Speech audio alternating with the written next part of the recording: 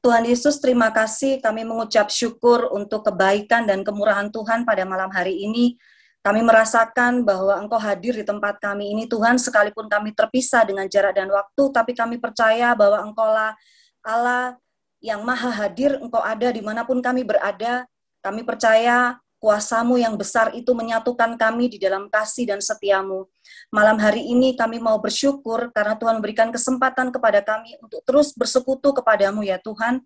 Karena itu Tuhan, kami mau memberikan yang terbaik malam hari ini melalui doa, melalui pujian, bahkan menundukkan hati kami kepada kebenaran firman-Mu pada malam hari ini. Mari Tuhan, kami terus mengundang Engkau, Roh-Mu yang kudus dan hidup itu beracara pada ibadah kami pada malam hari ini. Kuduskan di tempat-tempat di mana kami berada. Tuhan memberkati setiap signal-signal. Di dalam nama Yesus, kami percaya tidak ada gangguan apapun, dan kami percaya saat Engkau hadir, mujizat pasti terjadi. Terima kasih Tuhan, terima kasih. Kami siap untuk menyembah-Mu. Di dalam nama Yesus kami berdoa, haleluya, amin. Mari teman-teman sama-sama kita naikkan satu pujian. Terima kasih buat cinta-Mu yang tanpa batas. Terima kasih Tuhan.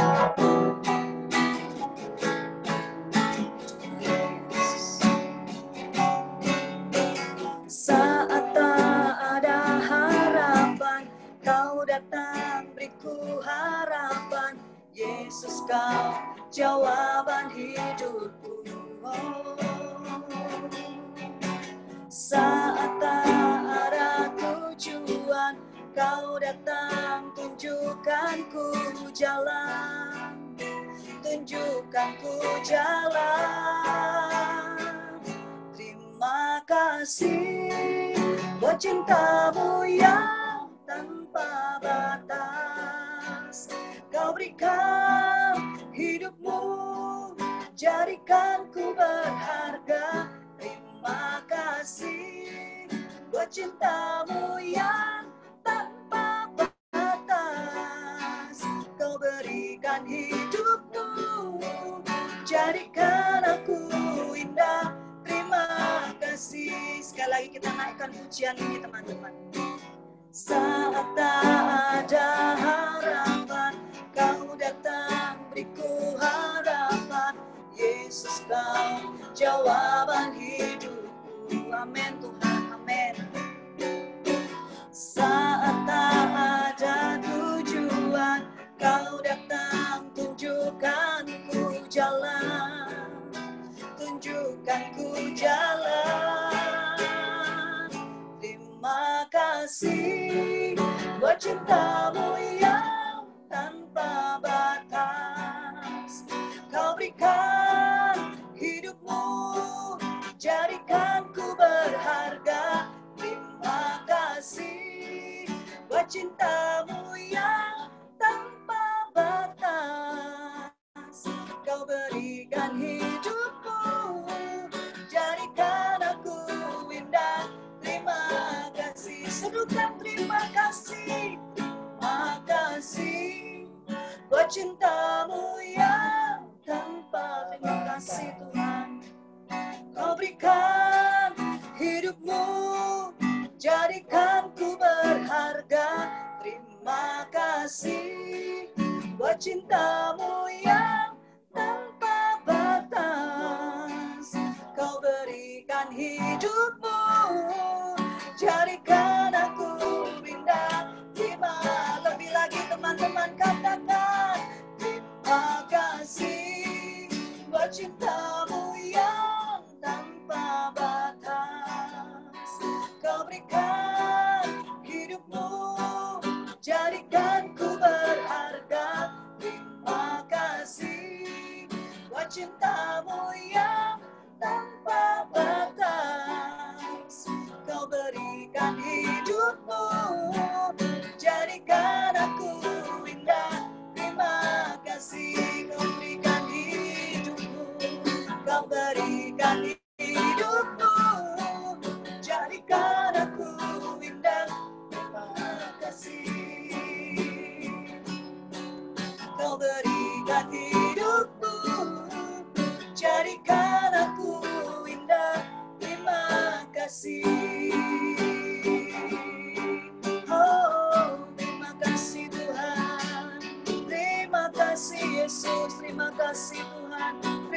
kasih, kami sungguh bersyukur. Terima kasih buat cinta-Mu Tuhan. Terima kasih. Terima kasih buat pengorbanan-Mu. Jadikan kami berharga. Terima kasih. Syukur bagi-Mu Tuhan. Sungguh Engkau baik. Engkau sungguh baik. Kami menyembah-Mu Tuhan. Kami naikkan syukur bagi-Mu. Sebab Engkau yang layak. Terima setiap pujian. Terima kasih Yesus. Terima kasih Tuhan. Terima kasih. Haleluya. Oh, haleluya. Sungguh kami mengucap syukur malam hari ini Tuhan. Sungguh karena cinta-Mu yang gak pernah ada batasnya dalam kehidupan kami. Sehingga malam hari ini kami boleh menikmati persekutuan yang manis bersama-sama Engkau Tuhan. Terima kasih Tuhan. Terima kasih Tuhan. Malam ini terus kami mau bawa hati kami kepadamu Tuhan. Kami mau mengangkat wajah kami. Kami mau menyerukan Engkau adalah satu-satunya penolong dalam hidup kami Tuhan. Dan kami mau berseru-seru hanya kepadamu. Terima kasih Tuhan, kami mau menanggalkan setiap kemampuan kami, kesombongan kami, kebisaan kami. Karena sesungguhnya di luar Engkau, kami tidak sanggup berbuat apa-apa Tuhan. Terima kasih Yesus. Terima kasih Roh Kudus. Haleluya, haleluya. Terima kasih Tuhan. Haleluya. Yesus, padamu ku berseru.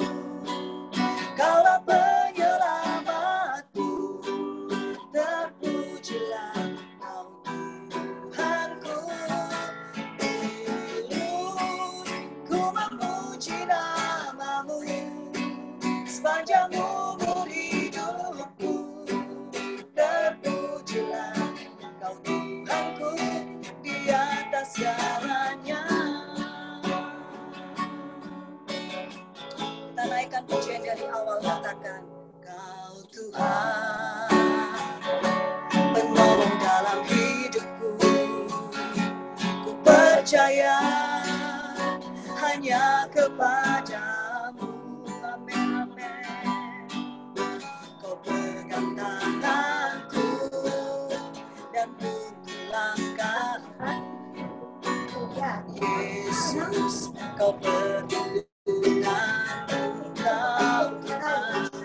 Kau Tuhan, kekuatan dalam hidupku, penolongku dalam kesesakan.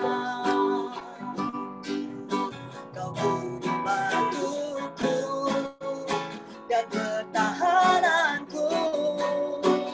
Yesus, Kau kemenanganku. Yesus, Yesus, padamu ku berseru. Amin. Kaulah penyelamatku, terpujilah Kau Tuhanku. Mulutku memuji nama-Mu sepanjang umur hidupku, terpujilah Kau Tuhanku di atas segalanya. Oh Yesus, Yesus, padamu ku berseru. Kaulah penyelamatku, terpujilah Kau Tuhanku. Mulutku memuji nama-Mu sepanjang umur hidupku, terpujilah Kau Tuhanku di atas segalanya. Lebih lagi katakan Yesus, padamu ku berseru. Ya Tuhan, Kaulah satu-satunya tempat kami berseru Tuhan. Kaulah penyelamat kami Tuhan. Amin.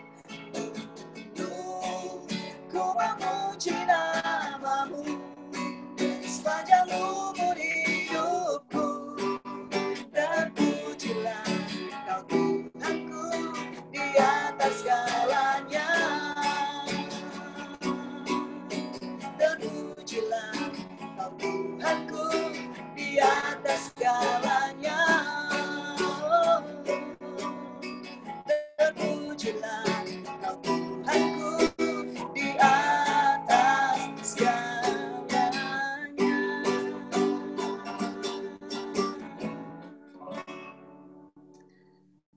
Saya persilakan Kak Revi untuk masuk dalam perenungan firman Tuhan sekaligus pimpin kami dalam doa firman.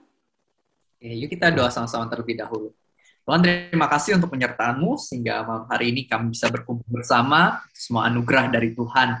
Dan kami percaya ini semua tidak secara kebetulan, melainkan ada rencana Tuhan di baliknya. Maka itu kami berdoa, biarlah firman Tuhan yang tabur hari ini dapat sungguh-sungguh meremah dalam kehidupan kami. Biarlah Engkau yang persiapkan hati kami, agar apa yang tabur ini dapat sungguh-sungguh berakar, bertumbuh, dan juga berbuah di dalam kehidupan kami. Kami minta tuntunan Roh Kudus dari awal, pertengahan, hingga akhir. Biarlah Tuhan yang beracara.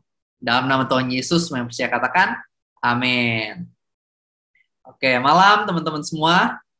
Senang banget hari ini bisa bergabung sama teman-teman semua. It's such a great honor, kehormatan sekali bisa diberikan kesempatan hari ini. Dan mungkin sebelum aku mulai, aku mau perkenalan sedikit dulu, karena kata orang-orang kan, kalau nggak kenal, maka kenalan, katanya kan gitu. Jadi ya kita kenalan dulu. Nama aku Revi, aku saat ini kerja di salah satu gereja lokal di Jakarta Utara, yaitu GBI Gilgal, jadi di bawah kepemimpinan dari Pastor Johan Mugi, dan aku juga ada nulis beberapa buku rohani yang terbaru, judulnya Jujur Sama Tuhan, dan lumayan aktif juga di media sosial ya, di Instagram, TikTok, tapi nggak joget-joget ya di TikToknya, biasa bagi firman Tuhan. Dan ya akhir-akhir ini aku juga ada ngajar-ngajar public speaking bareng kedua teman aku di Brave Speakers namanya. Mungkin itu aja sedikit dari diri aku, nanti mungkin kalau pengen lebih kenal ya kita bisa ngobrol-ngobrol di lain kesempatan. Jadi hari ini kita membahas firman Tuhan yang asik dan seru banget. Aku mau membahas dari buku Nehemia. Mungkin beberapa dari kita jarang baca buku ini atau belum pernah dengar. Tapi sebenarnya kisah di dalamnya, pelajaran yang bisa diambil itu luar biasa banget. Dan aku sebenarnya pengen membahas cerita Nehemia 1-4. Tapi karena waktunya terbatas, nggak mungkin kita baca semua. Jadi aku cuma akan baca beberapa poin pentingnya aja. Dan selebihnya aku bakal ceritain secara garis besarnya aja. Oke? Jadi kita siapin catatan kita kalau bisa catat. Soalnya kalau misalnya kita catat, kita bisa lebih ingat. Kalau misalnya kita lebih ingat, tentu kita bisa lebih terapin dalam hidup kita. Oke, semua sudah siap? Yang udah siap bisa kasih tunjuk jempol-jempolnya. Oke, udah pada siap semua ya. Kita lihat ke Nehemia 1 ayat 2-4. Nehemia 1 ayat 2-4. Bunyinya seperti ini, teman-teman. Datanglah Hanani, salah seorang dari saudara-saudaraku. Aku di sini, maksudnya adalah Nehemia ya. Dengan beberapa orang dari Yehuda. Aku menanyakan mereka tentang orang-orang Yahudi yang terluput, yang terhindar dari penawanan, dan tentang Yerusalem. Kata mereka kepadaku, orang-orang yang masih tinggal di daerah sana, yang terhindar dari penawanan, ada dalam kesukaran besar, dan dalam keadaan tercela. Tembok Yerusalem telah terbongkar, dan pintu-pintu gerbangnya telah terbakar. Ketika ku dengar berita ini, duduklah aku menangis, dan berkabung selama berapa hari. Aku berpuasa dan berdoa ke hadirat Allah semesta langit. Jadi sedikit konteks dari apa yang terjadi. Waktu itu bangsa Israel hidup di dalam dosa. Bangsa Israel mereka menyembah berhala dan udah ditegur berkali-kali tapi nggak pernah mau dengerin. Sehingga akhirnya Tuhan kasih hukuman, yaitu orang-orang Babel datang menyerang mereka, mereka dikalahkan, dan akhirnya mereka mengalami pembuangan ke Babel. Nah, singkat cerita nggak lama kemudian Babel diserang sama kerajaan Persia. Babel dikalahkan, jadi otomatis bangsa Israel yang waktu itu di bawah Babel pindah jadi di bawah orang-orang Persia. Nah, di tengah ini semua lahirlah seseorang bernama Nehemia. Seorang Yahudi, seorang yang sebenarnya dari bangsa Israel, namanya Nehemia. Nah, Nehemia ini kerjanya luar biasa, bagus banget. Makanya dia dapat posisi yang tinggi di kerajaan Persia, yaitu dia jadi juru minuman raja. Kita mengetahui hal ini di akhir Nehemia 1. Nah, sebagai juru minuman raja, kerjaannya ini penting banget. Karena raja sebelum minum, juru minum akan cobain dulu minumnya. Supaya ketahuan nih, minumannya tuh diracunin atau enggak. Kalau misalnya Nehemia sebagai juru minum-minum, tiba-tiba dia mati, oh berarti diracunin nih. Nggak boleh minum raja gitu. Nah, tapi kalau misalnya Nehemia minum, oh aman nih, sehat-sehat, nggak ada racunnya, silahkan, raja boleh minum gitu. Jadi sebagai juru minum, bisa dibilang Nehemia adalah orang yang dipercayai sekali. Orangnya pasti berintegritas banget. orangnya pasti tuh karakternya baik. Makanya dia bisa dapat posisi yang penting dan juga tinggi seperti itu. Nah, tapi di tengah dia yang punya posisi yang tinggi, Nehemia, ketika dia dengar kabar bahwa kampung halamannya, Yerusalem ini, sedang mengalami sesuatu yang bisa disebut sebagai keruntuhan ya. Karena temboknya semua runtuh, pintunya semua sudah terbakar habis. Mungkin di zaman sekarang, kota udah nggak ada ya, namanya tembok-tembok, kan nggak ada ya, kota Jakarta ada temboknya gitu, tembok Bekasi kan nggak ada ya. Nah, tapi zaman dulu, yang namanya tembok dari sebuah kota itu penting banget, teman-teman. Karena tembok itu adalah perlindungan dari sebuah kota. Kalau misalnya temboknya nggak ada, artinya kota itu gampang diserang, dan juga di dalamnya itu harta-hartanya gampang dirampas. Jadi kalau misalnya kota udah nggak ada tembok, artinya itu udah bobrok banget, kotanya tuh udah hancur banget lah, udah terpuruk bisa dibilang.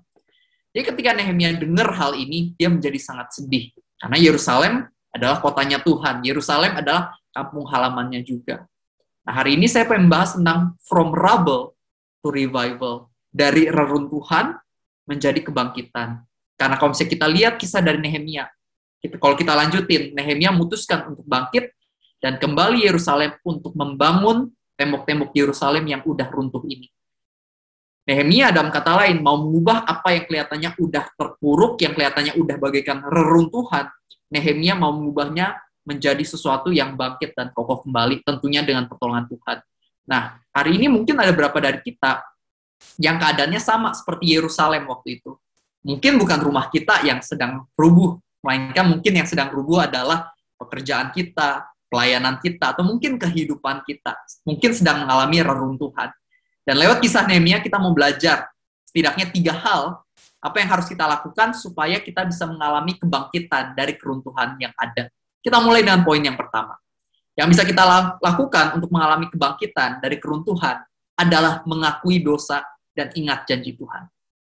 Mengakui dosa kita akan janji Tuhan.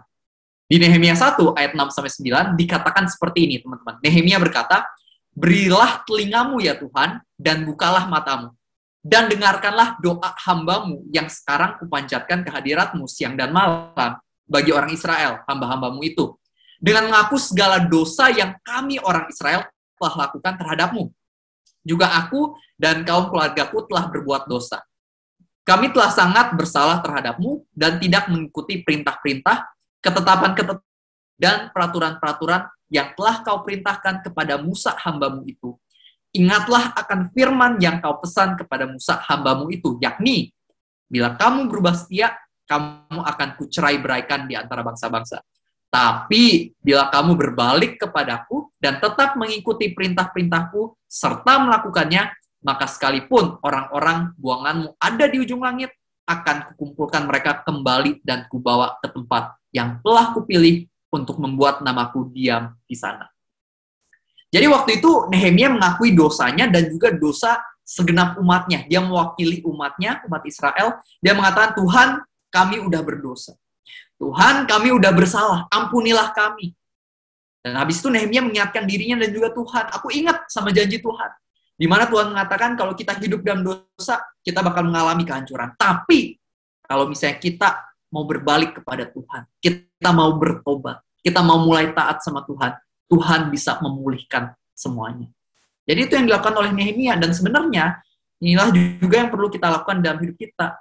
Karena ada beberapa orang yang hari ini kehidupannya mengalami keruntuhan, alasannya adalah karena ada dosa-dosa yang dilakukan atau ada dosa-dosa yang dipelihara selama ini. Saya kasih contoh. Misalnya, ada orang yang saat ini mengalami kehancuran karena suka berbohong selama ini. Atau mungkin suka mencuri, suka korupsi. Kalau misalnya kita suka berbohong, mencuri, nggak jujur, apa yang terjadi di pekerjaan? Tentu kemungkinan kita bakal mungkin bisa dikeluarin. Contohnya saya punya teman, saya udah kenal cukup lama, padahal tapi ternyata dia nggak jujur di dalam mengelola keuangan perusahaannya, akhirnya ketahuan dan dia dikeluarin. Itu adalah keruntuhan yang terjadi ya karena dosanya, karena dia udah nggak jujur, udah nggak bertanggung jawab. Contoh lain, kalau misalnya kita nggak jujur sama pasangan, sama teman, kemungkinan besar lama-lama teman kita nggak akan percaya sama kita. Apa yang kita katakan, orang-orang juga akan ragu kalau selama ini kita suka bohong. Keruntuhan terjadi karena dosa kita. Contoh lain lagi, ada juga yang mengalami keruntuhan karena kemalasan. Mungkin selama ini ya usahanya nggak bertumbuh, pelayanannya nggak berdampak, kehidupannya kok gitu-gitu aja ya, nggak mengalami naik level. Mungkin aja, karena selama ini males. Selama ini nggak mau berjuang dengan keras. Selama ini kerjanya cuma nonton drama Korea 7 jam sehari atau main Mobile Legends 7 jam sehari, ya mau gimana, nggak bisa. Kita harus menjadi pribadi yang rajin, jangan males. Males itu merupakan dosa juga loh teman-teman. Kalau kita baca kitab Amsal, Tuhan udah ngingetin kita berkali-kali, harus jadi pribadi yang rajin, dan bukan pribadi yang malas. Contoh lain lagi, mungkin ada yang memelihara kesombongan. Mungkin selama ini merasa diri hebat, pencapaiannya adalah karena kehebatannya pribadi. Dan hari ini aku pengen ingetin, bahwa nggak ada yang suka loh sama orang sombong. Saya yakin teman-teman nggak pernah ngelihat orang sombong, habis itu mengatakan, ih, gemes banget deh dia sombong, pengen deh suatu hari nanti kayak dia. Pasti nggak ada, ya kan? Kita nggak suka sama orang sombong. Yang kita suka ya orang-orang yang rendah hati. Dan bukan hanya manusia yang nggak suka sama orang sombong. Tuhan juga nggak suka. Di Yakobus 4 ayat 6, Tuhan mengatakan bahwa aku menentang orang-orang yang congkak, tapi aku memberikan belas kasihan untuk orang-orang yang rendah hati. Di Amsal juga dibilang kan, bahwa yang namanya kesombongan dan kecongkakan mendahului kejatuhan dan kebinasaan. Ya kalau misalnya kita nggak pengen mengalami kebinasaan, ya jangan sombong, tapi harus rendah hati. Intinya apa? Intinya adalah banyak orang yang mengalami keruntuhan dalam hidupnya karena melakukan atau memelihara dosa-dosa. Nah, kalau misalnya kita sadar nih, sama ini ada dosa-dosa yang kita pelihara, yang perlu kita lakukan, yang pertama adalah mengakui dosa kita di hadapan Tuhan. Tuhan, maafin aku, karena selama ini aku udah sombong. Tuhan, maafin aku karena selama ini aku nggak jujur. Tuhan, maafin aku karena selama ini aku malas. Atau mungkin aku udah egois, aku udah dikuasai nafsu. Jujur sama Tuhan akan dosa-dosa kita. 1 Yohanes 1 ayat 9 dikatakan, bahwa barang siapa mau mengakui dosanya, Tuhan kita setia dan adil, sehingga dia akan mengampuni semua dosa kita dan menyucikan kita dari segala kejahatan. Yang perlu kita lakukan adalah mengakui dosa kita. Tuhan mau ngampuni kok. Tapi yang perlu kita lakukan adalah mengakuinya di hadapan Tuhan.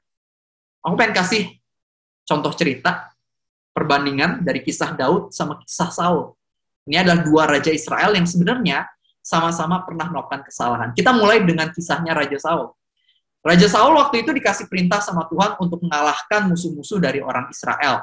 Nah, tapi Tuhan ingetin, Saul, nanti ternak dari para musuh ini jangan kamu bawa pulang. Itu perintah dari Tuhan. Tapi ternyata Raja Saul nggak taat. Ketika dia ngelihat bahwa ternak dari musuh-musuhnya ini pada cakep-cakep nih, gemuk-gemuk. Dia pikir, lumayan nih, bawa pulang Dibawa pulang sama Raja Saul. Nah, setelah dibawa pulang, singkat cerita ya Tuhan tentu nggak senang karena Raja Saul nggak taat. Dia kirim Nabi Samuel untuk menegur Raja Saul. Tapi ternyata ketika Raja Saul ditegur, Raja Saul tidak mengakui kesalahannya. Melainkan dia malah nyalahin rakyatnya. Dia bilang, itu para rakyat yang bawa pulang. Dan karena Raja Saul menutupi kesalahannya dan menyalahkan orang lain, akhirnya Tuhan mengatakan, oke, Raja Saul, I'm sorry, kamu harus digantikan. Dan singkat cerita kita tahu dia digantikan oleh Daud. Itu kisah Raja Saul. Sekarang kita mau lihat kisah Raja Daud. Raja Daud waktu itu juga pernah melakukan kesalahan. Dia waktu itu lagi jalan di atas atap kerajaannya dan dia lihat ada seorang perempuan cantik lagi mandi namanya Batsheba. Dia panggil, datang kepada dirinya dan dia tiduri. Akhirnya Batsheba hamil. Padahal Batsheba udah punya suami. Suaminya namanya Uria. Dan habis itu Daud pikir, aku mau umpetin apa yang terjadi. Jadi dia meletakkan Uria di barisan paling depan di dalam peperangan sehingga otomatis Uria mati, meninggal. Batsheba jadi janda, akhirnya dinikahin sama Raja Daud. Dia pikir aman nih, gak ada yang tahu. Tapi ternyata meskipun gak ada manusia melihat, Tuhan melihat. Tuhan kirim Nabi Nathan buat tegur Daud. Dan ketika Nabi Nathan tegur Daud gak nyalahin orang lain. Dia gak tutup-tutupin. Melainkan dia mengatakan, aku udah berdosa di hadapan Tuhan. Dia mengakui dosanya, dan dia minta ampun sama Tuhan. Daud bertobat. Nah, inilah perbedaan dari kisah Raja Saul dengan Raja Daud. Raja Saul ketika ditegur, masih nutupin, masih nyalahin orang lain. Tapi Daud ketika dia ditegur, langsung dia mengakuinya di hadapan Tuhan. Nah, kita punya pilihan dalam hidup ini. Pengen seperti Raja Saul, yang masih menutupi hingga akhirnya Tuhan mencabut posisinya, atau menjadi seperti Raja Daud, yang meskipun udah bersalah, dia mengakui dosanya. Sehingga akhirnya hingga hari ini dia dikenal sebagai seorang yang dekat di hati Tuhan. Jadi teman-teman, kita punya pilihan. Nah, tentu saran saya adalah seharusnya dan lebih baik kita mengakui dosa kita. Dan setelah itu kita beneran bertobat. Jangan sampai kita cuma sekedar ngaku dosa, tapi abis itu nggak melakukan perubahan. Jangan. Harusnya setelah kita mengakui dosa, ya kita mengambil keputusan, aku mau lepas dari dosa itu. Nah, kalau misalnya kita pengen sungguh-sungguh lepas, tentu kekuatannya bukan dari diri kita sendiri, melainkan dari Tuhan. Makanya kita juga doa, mengatakan pada Tuhan, Tuhan tolonglah aku, supaya aku bisa lepas dari dosa-dosa ini. Ketika kita punya niat untuk bertobat, dan kita udah minta pertolongan sama Tuhan, kita akan melihat Tuhan pasti akan mengadakan mukjizatnya, sehingga kita bisa lepas dari dosa-dosa lama kita. Kita bisa lepas dari ketidakjujuran kita bisa lepas dari kemalasan, dari kesombongan, dari nafsu, dari keegoisan, dan juga dosa-dosa lainnya. Kuncinya, kita harus mengakui dosa kita, dan kita mengandalkan Tuhan. Maka akan terjadi yang namanya keruntuhan, berubah jadi kebangkitan. Itu yang pertama. Yang kedua, yang bisa kita pelajari dari Nehemia, supaya kita bisa mengalami kebangkitan dari keruntuhan adalah kita mengikuti hati Tuhan. Mengikuti hati Tuhan. Nehemia waktu itu tinggal di Shuzan, itu ibu kota dari Persia. Jadi kota yang enak banget, nyaman sekali. Apalagi posisinya Nehemia kan tinggi ya, waktu itu dia juru minum raja. Jadi enak banget hidupnya. Tapi di tengah itu semua, ketika dia tahu bahwa Yerusalem, kotanya Tuhan, keadaannya sedang bobrok, hatinya nggak tenang. Maka itu Nehemia mengambil keputusan, aku mau meninggalkan posisiku yang enak ini, dan aku mau pergi ke Yerusalem untuk membangun tembok Yerusalem itu. Jadi Nehemia waktu itu, dia sangat mementingkan keinginan Tuhan. Apa yang menjadi kerinduan hati Tuhan, dia mau laksanakan. Nah, orang Kristen harusnya seperti ini. Nah, tapi permasalahannya banyak orang Kristen yang hari ini justru malah keliru. Mereka itu bukannya pengen melaksanakan apa isi hati Tuhan, melainkan mereka malah memaksakan Tuhan untuk mengikuti isi hati mereka sendiri. Makanya kan banyak kan orang Kristen suka doa, mengeluh, Tuhan, kalau misalnya kamu nggak berkati pekerjaan dan keuanganku, aku bakal tinggalin kamu. Wih, ancam-ancam Tuhan. Katanya mau ninggalin Tuhan. Nah, mereka keliru. Mereka lupa. Bukan Tuhan yang butuh kita, melainkan kita yang butuh Tuhan. Bukannya Tuhan ada buat kita, melainkan kita yang ada buat memuliakan. Bukan Tuhan yang hamba kita, melainkan kitalah yang hamba Tuhan. Jangan sampai salah, teman-teman. Gak apa-apa doa minta berkat sama Tuhan. It's okay. Tuhan ngajarin kita untuk berdoa meminta kepada Tuhan kok. Tapi jangan sampai isi doa kita cuma minta-minta berkat doang. Kapan terakhir kali kita doa sama Tuhan, Tuhan, apa sih kehendak kamu di dalam kehidupanku? Aku pengen tahu dan aku pengen melaksanakannya. Kapan terakhir kali kita berdoa seperti itu? Karena kebanyakan orang Kristen kan keliru. Cuman doanya kasih tahu kehendak dia kepada Tuhan doang. Tapi nggak pernah sekalipun meminta kehendak Tuhan di dalam kehidupan. Kita jadi Kristen-Kristen yang dewasa. Kita jadi Kristen-Kristen yang tahu bahwa kita hidup buat Tuhan.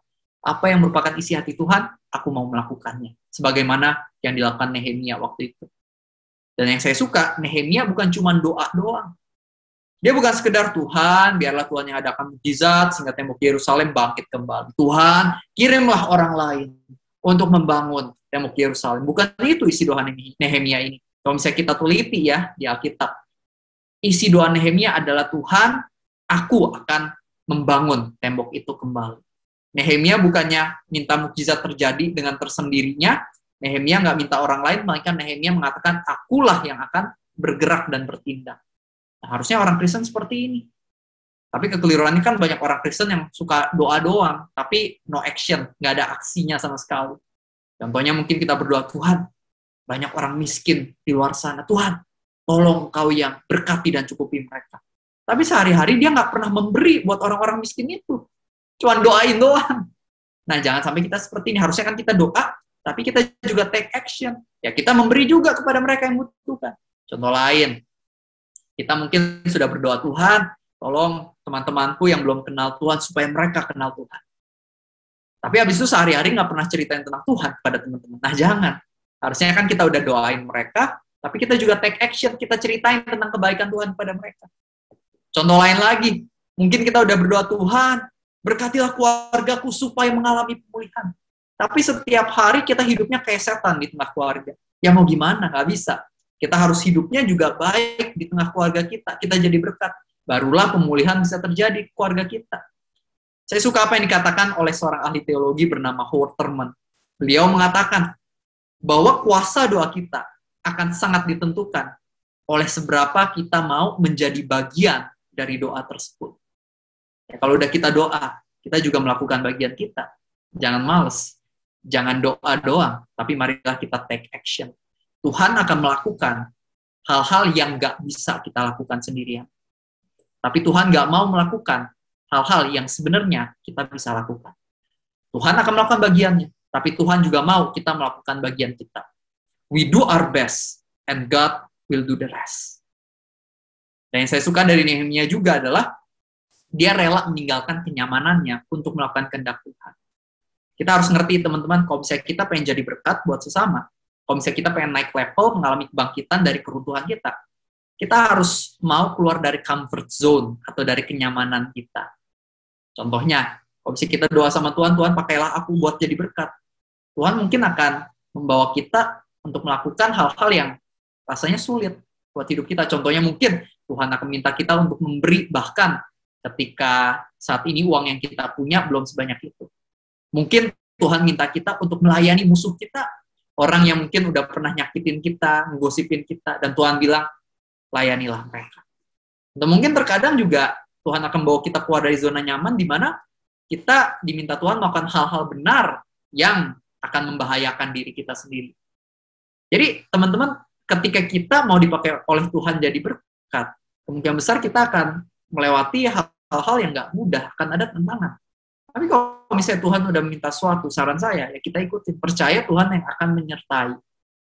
Ada kisah yang saya suka banget, seorang bernama John Peton. John Peton ini itu dulu punya sebuah gereja, dia adalah pemimpin gereja. Tapi pada suatu hari dia merasa Tuhan memanggil dia buat melakukan penginjilan ke New Hebrides. New Hebrides adalah sebuah pulau yang isinya tuh orang-orang kanibal. Jadi orang-orang yang makanin manusia lain. Tentu tempat yang berbahaya banget. Dan ketika John cerita ke teman-temannya, semuanya pada bilang, jangan John, jangan pergi ke sana, nanti kamu bakal dimakan sama mereka. Tapi John Peton sangat yakin ini adalah panggilan dari Tuhan, jadi dia tetap pergi bareng istrinya dan anaknya. Dalam hitungan bulan, istri dan anaknya meninggal, dan John harus mengubur anak dan istrinya dengan kedua tangannya sendiri. Tapi dia terus menginjil sebaik mungkin yang dia bisa. Dan singkat cerita, mukjizat terjadi di mana New Hebrides akhirnya, yang tadinya semuanya orang-orang kanibal, 80% berubah jadi orang-orang Kristen yang percaya sama Tuhan Yesus. Apa yang John Peton lakukan tidak berakhir sia-sia. Dan itu semua terjadi karena dia mau meninggalkan zona nyamannya dan mengikuti panggilan Tuhan. Dan semua pengikut Tuhan di Alkitab adalah orang-orang seperti John Peton sebenarnya.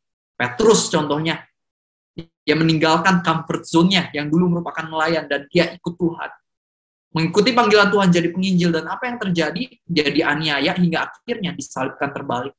Paulus, dia ikutin panggilan Tuhan Yesus jadi penginjil, dia dianiaya, masuk penjara, hingga akhirnya kepalanya dipenggal. Yohanes, dia ikutin panggilan Tuhan Yesus, dan yang terjadi adalah dia dimasukkan ke dalam minyak yang mendidih, tapi oleh karena mukjizat Tuhan, dia nggak mati, dia tetap hidup. Akhirnya dia diasingkan ke Pulau Patmos, di mana dia tulis kitab Wahyu.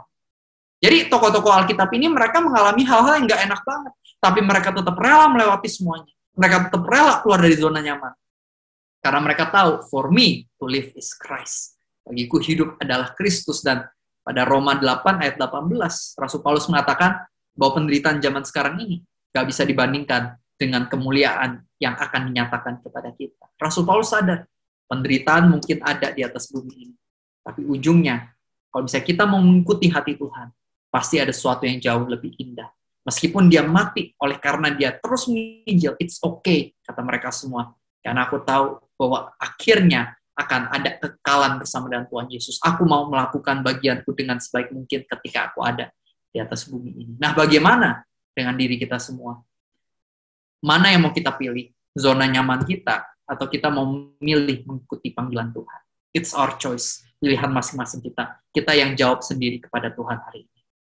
Lanjut ya, poin yang ketiga. Bagaimana kita bisa mengalami kebangkitan dari keruntuhan?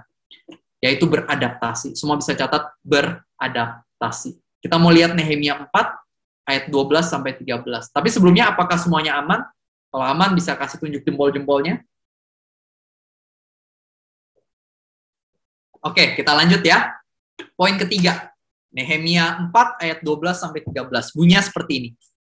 Ketika orang-orang Yahudi yang tinggal dekat mereka sudah 10 kali datang memperingatkan kami, mereka akan menyerang kita dari segala tempat tinggal mereka, maka aku tempatkan rakyat menurut kaum keluarganya dengan pedang, tombak, dan panah di bagian-bagian yang paling rendah dari tempat itu. Di belakang tembok, di tempat-tempat yang terbuka. Dan di ayat 16-18 dikatakan seperti ini. Sejak hari itu, sebagian daripada anak buahku melakukan pekerjaan, dan sebagian yang lain memegang tombak, perisai, dan panah, dan mengenakan baju zirah. Sedang para pemimpin berdiri di belakang segenap kaum Yehuda yang bangun di tembok. Orang-orang yang memikul dan mengangkut melakukan pekerjaannya dengan satu tangan, dan dengan tangan yang lain mereka memegang senjata. Setiap orang yang bangun bekerja dengan berikatkan pedang pada pinggangnya. Dan di sampingku berdiri peniup sangkakala. Jadi waktu itu, Nehemia di tengah dia sedang membangun tembok Yerusalem, ada beberapa orang yang gak senang dan mau menghancurkan rencana dari Nehemia untuk membangun tembok ini. Waktu itu ada yang namanya Sanballat dan Tobia. Mereka gak suka dan mereka mau menyerang Nehemia dan para pekerjanya. Dan di tengah itu semua, Nehemia beradaptasi. Sebelumnya, mereka semua fokusnya di pembangunan, gak ada yang pegang senjata sama sekali. Tapi ketika mereka tahu bahwa ada orang-orang jahat yang mau menyerang mereka, mereka beradaptasi. Mereka nggak lanjutin gitu aja, melainkan mereka akhirnya megang pedang, tombak, perisai. Nehemia membuat strategi, sehingga kalau misalnya musuh datang, mereka bisa bertahan. Mereka beradaptasi. Ini penting banget di dalam kehidupan kita. Dalam kehidupan kita, kita butuh yang namanya IQ. Mungkin kebanyakan dari kita udah tahu ya, IQ itu ada intelligence quotient. Jadi, itu penilaian akan seberapa pinternya kita. Terus ada yang namanya EQ atau emotional quotient. Ini menjelaskan tentang seberapa kualitas kita di dalam segi emosional. Nah, ada yang ketiga yang orang-orang suka lupa, yaitu adaptability quotient atau kemampuan beradaptasi. Ini juga penting banget. Karena kalau misalnya kita lihat hewan-hewan aja, dari zaman dulu sampai sekarang, yang bertahan hidup adalah mereka yang mampu beradaptasi. Hewan-hewan yang nggak bisa beradaptasi, akhirnya punah. Udah nggak ada lagi sekarang. Nah, begitu pula dengan manusia. Dalam segala hal, pekerjaan, pelayanan, kehidupan, apapun itu. Kuncinya kalau misalnya kita pengen bertahan dan mengalami kebangkitan, bangkit dari keruntuhan, kita harus mampu beradaptasi. Contohnya ya, ada sebuah perusahaan namanya National Geographic Channel. Mungkin beberapa dari kita tahu, itu adalah sebuah channel yang biasanya memberikan tayangan-tayangan tentang alam, hewan, tumbuhan, ya seperti itulah. Nah dulu, selama 100 tahun, mereka fokusnya itu membuat majalah. 100 tahun, lama banget ya. Nah singkat cerita, tapi perkembangan teknologi terjadi. Perusahaan mereka mengalami penurunan. Dan ketika mereka mengalami penurunan, National Geographic nggak, ya udah jalanin aja. Enggak. Melainkan mereka sadar kita harus beradaptasi. Jadi mereka mulai shift, mulai berubah. Mereka yang dulunya cuma majalah, mereka mulai bikin yang namanya reality TV show. Mereka mulai bikin acara-acara di TV, mereka mulai aktif di media sosial, sehingga akhirnya National Geographic yang waktu itu menurun, mengalami peningkatan lagi. Yang tadinya cuma majalah, sekarang jadi ada banyak cabang, apalagi lewat media sosial. Sekarang followers di Instagramnya, nggak tahu deh, puluhan juta, banyak banget. Tapi intinya apa? Intinya mereka bisa survive, dan bahkan mengalami peningkatan karena mereka beradaptasi. Contoh lain lagi, gereja di Amerika ada yang namanya Life Church. Ini salah satu gereja terbesar di Amerika, dan mereka itu salah satu gereja pertama yang membuat online service atau ibadah online. Ketika mereka bikin ibadah online, banyak yang nggak senang, banyak yang nggak suka. Ada pendeta-pendeta, gereja-gereja yang mengatakan, ini nggak boleh, ini salah, ini sesat, masa gereja lewat online. Pada komplain. Tapi gembalanya, Pastor Craig Groeschel, merasa bahwa ini adalah sesuatu yang perlu, penting, dan efektif untuk menyebarkan Injil dengan lebih baik. Udah, dia jalan aja. Bodoh amat orang-orang ngomong apa. Dan singkat cerita, Life Church mengalami peningkatan yang luar biasa. Dan singkat cerita, tahun 2020 kita tahu, pandemi COVID terjadi. Gereja-gereja ditutup. Terpaksa mereka semua mengadakan ibadah online. Orang-orang yang dulunya mungkin menentang Creek Rochelle dan Life Church, mereka akhirnya datang ke Life Church dan minta pertolongan, ajarin kita dong gimana caranya ngadain ibadah online yang baik. Jadi yang terjadi adalah mereka harus berubah karena terpaksa. Sedangkan Creek Rochelle, dia udah beradaptasi dari jauh-jauh hari. Sehingga ketika bencana datang, gerejanya bisa bertahan dan bahkan menjadi inspirasi buat yang lain. Charles Swindoll pernah mengatakan, hidup itu 10% ditentukan apa yang terjadi sama kita.